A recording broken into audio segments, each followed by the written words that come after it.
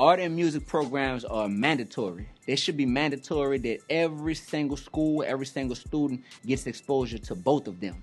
Because without outlets to funnel your creative energy into, like, you can't even maximize who you're supposed to be as a person. Because we all have creativity. We all have an artistic style. We got two sides to our brain for a reason. You know, we're not all wired just one way and not another way. So if schools, unfortunately, those are the first programs to go, or the first programs that say we don't have enough money to fund this. And that should be mandatory for every student. So when I hear that art programming is being cut in the inner cities, that lets me know that the people who are in charge of those budgets and making those decisions are disconnected from the students that they're supposed to be serving in those districts. Because if they really understood those students, they would understand that that needs to be mandatory. Like, you can't even have a child fully developed, especially in these communities. Like in the black community, black and brown people, we are like hotbeds for being creative geniuses. Like, we are. Look where all of the creative, just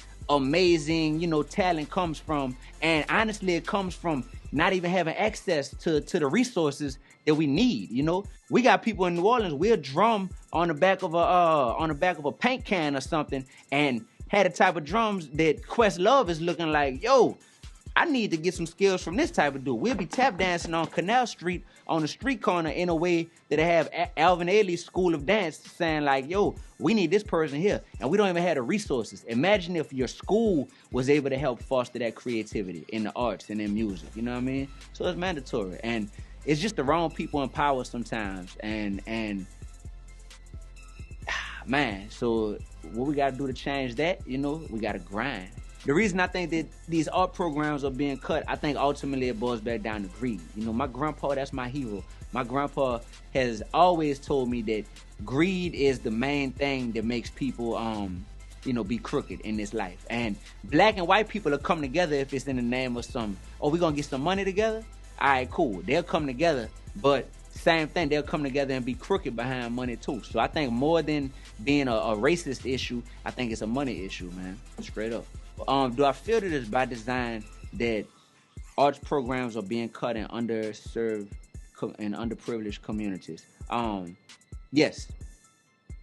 And it pains me to say that, man. Because I love everybody. I love white people. I love black people. I love every shade, every color. It pains me to say that. But I've been a teacher. So I got a different level of insight than most people. And I know, I've been in those meetings. You understand me? Like, I know that sometimes there's stuff that's going on in these meetings to where it's like, yo, what you're saying right now as a human being, it doesn't even make sense. So I know that there's something deeper to this issue. Like, it's a deeper hatred that you have embedded, or it's people that you're in cahoots with. You know what I mean? Like, man, behind closed doors, they got all kind of kickbacks and money, bro. I see it. I see it, dog. And I'm in the music industry. It ain't no different. You know what I mean? I see this stuff, man. I see this stuff. And that's a whole nother conversation, is to start talking about the music industry when it comes to that. But in education, of course, man. Because they don't view these kids as people. They just view them as numbers and statistics. That school district has this many students. They don't go deeper into say, well, let's look into the eyes of these students. Let's understand where they're coming from and how we need to serve them. That's just a number, man. So X them out and let me get that money instead,